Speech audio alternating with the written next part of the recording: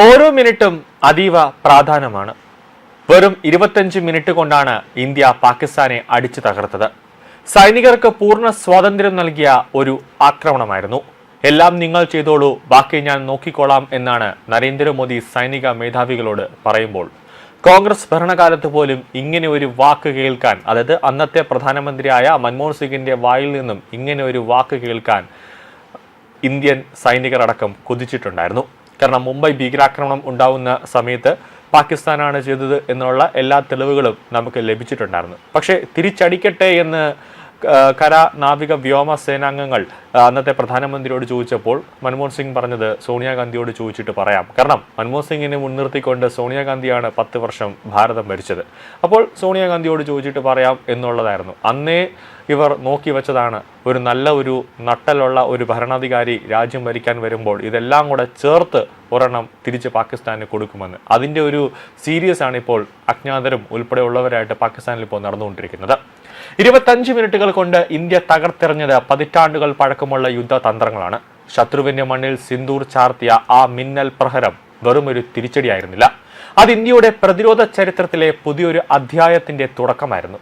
ലോകം കാണാനിരിക്കുന്ന പുതിയ യുദ്ധരൂപങ്ങളുടെ ട്രെയിലറായിരുന്നു ഓപ്പറേഷൻ സിന്ദൂർ. പാകിസ്ഥാനിലെ ഭീകരവാദ താവളങ്ങൾക്കെതിരായ കൃത്യമാർന്ന ഒരു തിരിച്ചടിയായിരുന്നു. എന്നാൽ യഥാർത്ഥത്തിൽ അത് ഇന്ത്യയുടെ സൈനിക സംവിധാനങ്ങൾ, പ്രതിരോധ വ്യവസായം, യുദ്ധ സാങ്കേതിക വിദ്യ, രഹസ്യാന്വേഷണ ഏകോപനം, രാഷ്ട്രീയ തീരുമാനം എന്നിവയെല്ലാം പുനഃപരിശോധിക്കേണ്ട സാഹചര്യം സൃഷ്ടിച്ച ഒരു സംഭവമായി മാറുകയായിരുന്നു.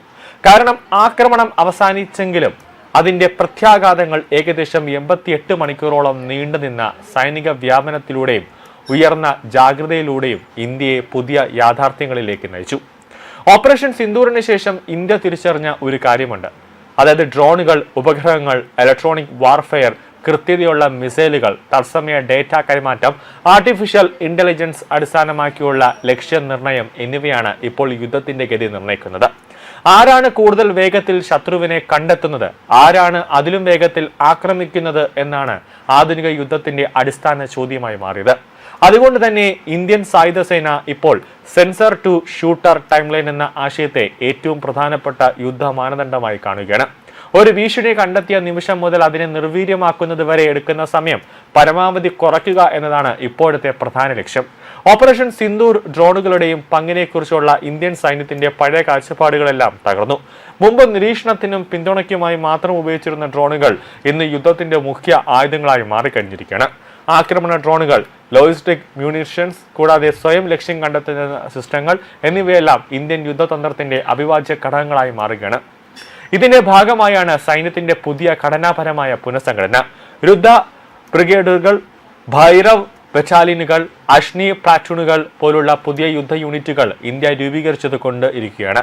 പരമ്പരാഗത കാലാൽപ്പട യൂണിറ്റുകൾക്കെതിരെ ഒരു വലിയൊരു വ്യത്യാസം ഇതിൽ വരുത്തുന്നുണ്ട്.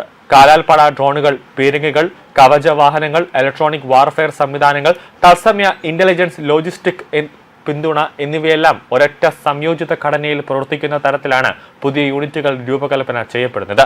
അതായത് ഭാവിയിലെ ഇന്ത്യൻ സൈന്യം വലിപ്പമേറിയതിലുപരി അതിവേഗം സാങ്കേതിക വിദ്യയിൽ അധിഷ്ഠിതവും കൂടുതൽ ചലനാത്മകവുമായ ഒരു ശക്തിയായി മാറുകയാണ് ഇപ്പോൾ.